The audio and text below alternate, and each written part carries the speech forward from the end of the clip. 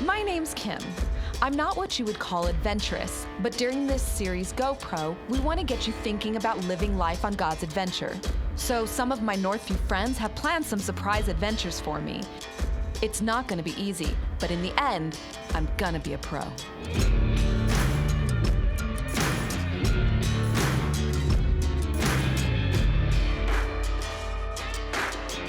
Let's go.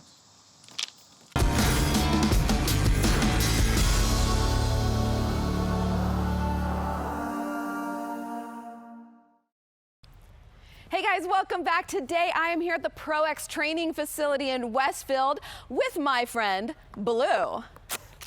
Hey Blue.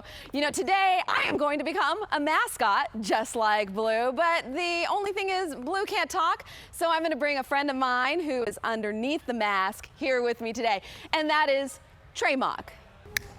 Hey Kim. Trey, what's How are up? you? I'm good. How are you? Doing well. Good to see you. Thanks for joining us. Yeah, I'm excited. So today I'm going to become a mascot. Yeah. I'm going to do all things mascot. Yep. We're going to play a little football. Mm-hmm. Yeah, that's good Are you because we ready? do that. I'm ready. Good. We're going to have some rehearsals and Yep. stuff.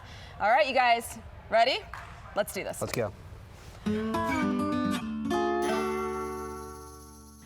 I didn't really need the training, but I thought, hey, let's give Trey a chance.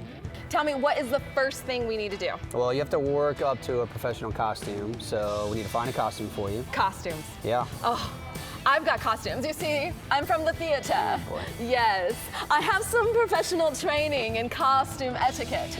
And so I am ready for this. Okay. You wait here, I'll be right back. Okay. Oh boy.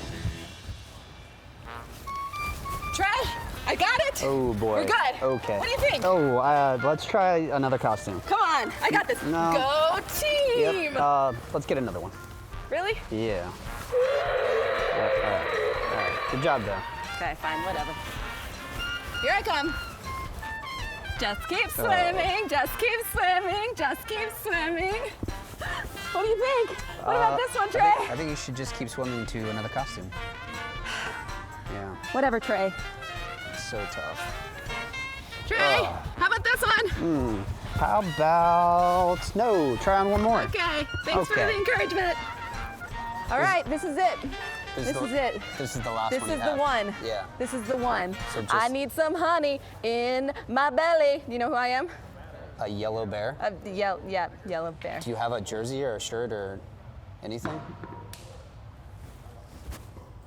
I've got this. Okay. Yeah. This will have to. I be- think this is perfection. Okay. Let's go. I think this looks better than blue. Come on, yellow bear. Of course.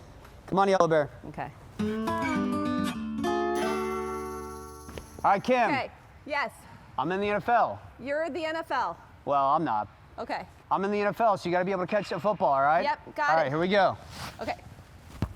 Okay. Let's Okay. try that again. That was Ready? really close. I felt it. Yep. Okay. Okay. One All right, more, here you go. and I've got it. Yep. Yep. You know what? Let's go out for a pass. Ready? Yep. Let's go out for a pass. Going out for a pass. Let's try that. Maybe we do it on the move. Okay. All right, go. Okay. Yeah, but you gotta go. Keep going. You ready? Kim, ready? Yep. Kim. Oh boy. Oh gosh. You know what? Why don't you try throwing the football? I think it's the way you throw the ball. Yeah. I don't think you're very good at that. Yeah, probably not. Blue showed me a couple other things that I assumed would make me a great mascot. I was impressed with what he could do, but in the end, how do you improve on perfection? I'm ready. All right, here we go. Okay. Good job. Yeah.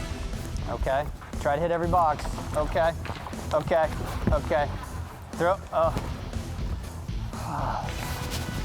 Goal! Yeah. Okay, a little bit higher. Yep. Okay. Yep. Yep. Yeah. I got him!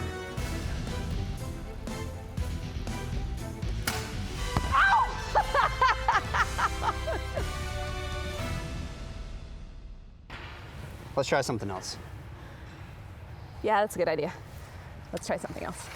What did mascots do that's fun? Well, everything that you're not able to do, apparently. I just need nappy poo time for a little while. Okay. Can we try doing something else that's fun? I just want to do fun stuff, Trey. I don't want any of this anymore.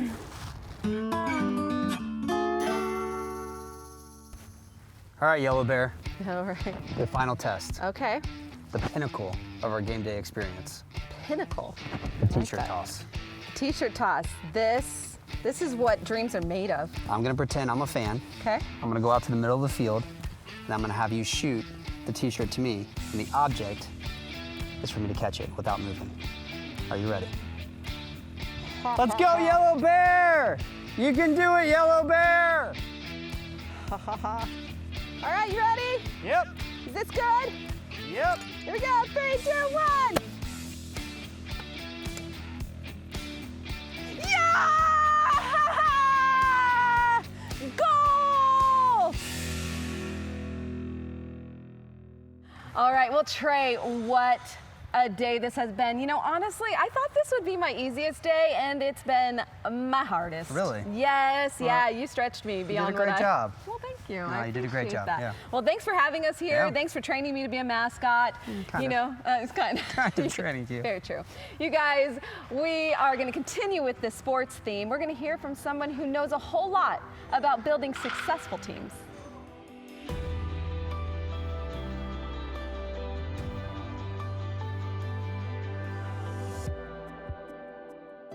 Well, I'm here with Rennie, who's the head coach of the Indy 11, and we are at Grant Park at the clubhouse of Indy 11. So, Martin, I would just love to hear a little bit about how you got into this adventurous vocation that you have of coaching professional soccer.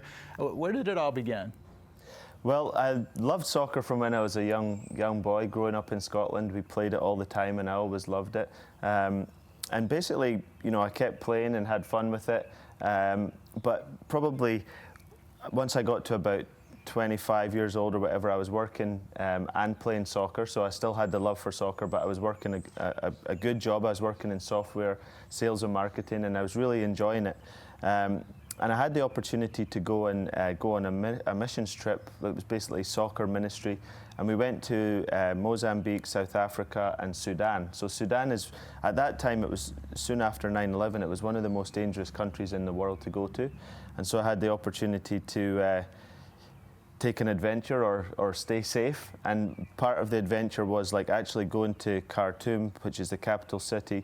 And we had to write letters to our family saying, if you read this, then it's because, you know, something bad happened on this trip. So it was a big risk in terms of, you know, do I really believe that God's in control of my life? Do I believe that He has my family under control, or He's taking care of my family and things like that?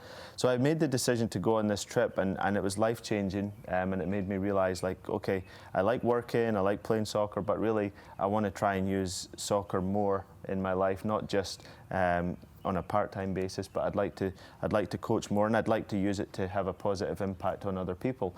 And so I made the decision to give up the job that I had, which again was difficult, because once you have, you know, a house and cars and wife and children, it's very difficult. Especially that wife part. Yeah, especially that part, to give up something that in the world's eyes is very secure. But there was that moment of like real decision of like, do I really trust that God's in control of my life? Do I believe that He has a purpose and a plan like He says He does? And so when I think God calls you to something, then you can go forward with confidence and you can go forward with faith. It's a great part of, it's been a great adventure. It's been a lot of fun. We've been all over the world and met a lot of great people and really enjoyed it. But looking back, it was quite a tough decision at the time. I can imagine. Mm-hmm. So your story really draws out how you can't live an adventure without risk. Yeah, that's right. I think that, you know, that's the double bind a little bit in life, is that to get to where you want to get to, you have to go through something difficult often. You have to go through something that's challenging or risky.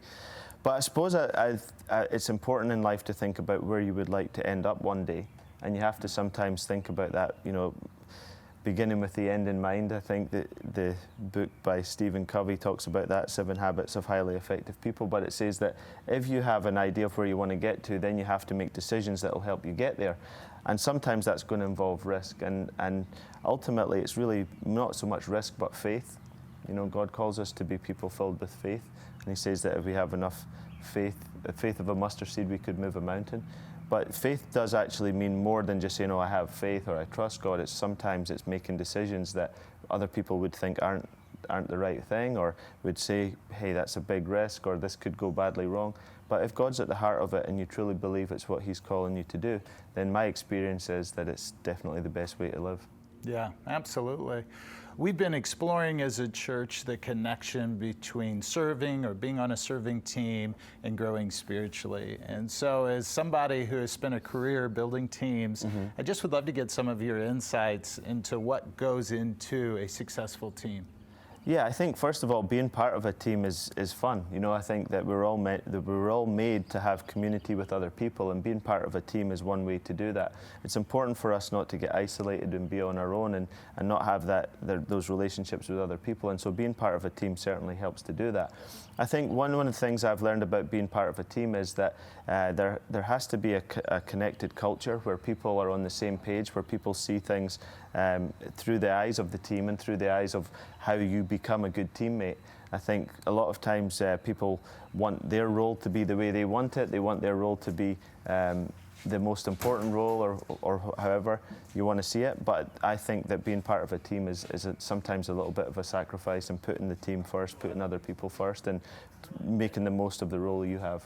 So I'm curious how you would coach somebody who is maybe on the sidelines when it comes to their faith, or on the sidelines when it comes with engaging and meaningfully serving in some way, how you would coach them to push past and through that.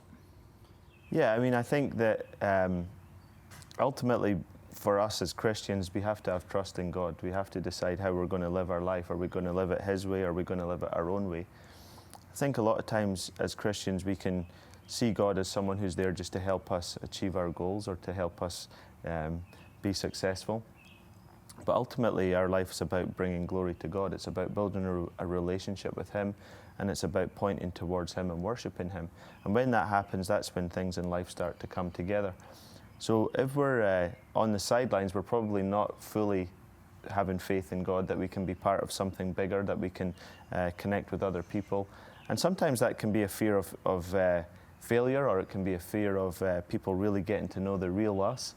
But ultimately that's what God calls us to, is to that connection and community with others. And so I would really encourage people that it's much more fun to be part of the team than it is to come and watch the game, or to be on the sidelines, usually criticising and pointing out the things that could be done better. So take a little bit of a risk, and I believe that living life on God's terms is far more exciting and far more fulfilling than living life on your own terms. And I think we miss out on so much by living life the way we think is right, and not following what God calls us to do, taking those risks and beginning or continuing the adventure. Yeah, you talked about fulfillment a little bit there. I wonder if you would expound on that, of just the fulfillment you've experienced in living God's adventure.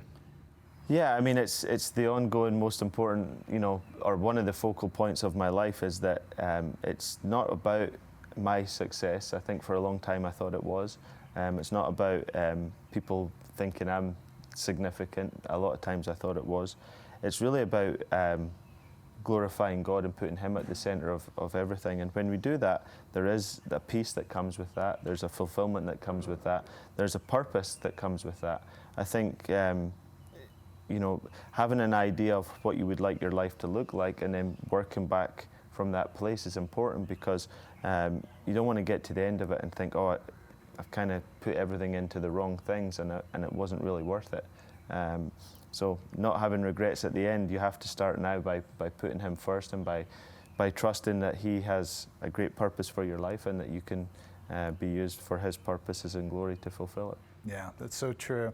Martin, thank you for spending some time with us here today. And before you discuss together as a life group, I want to give you an opportunity to do the Choose Your Own Adventure. And in a couple of weeks, we're going to have a cool exercise to bring that all back together. So you want to make sure that you're keeping up with those. Hope you have a great group. We'll see you next time.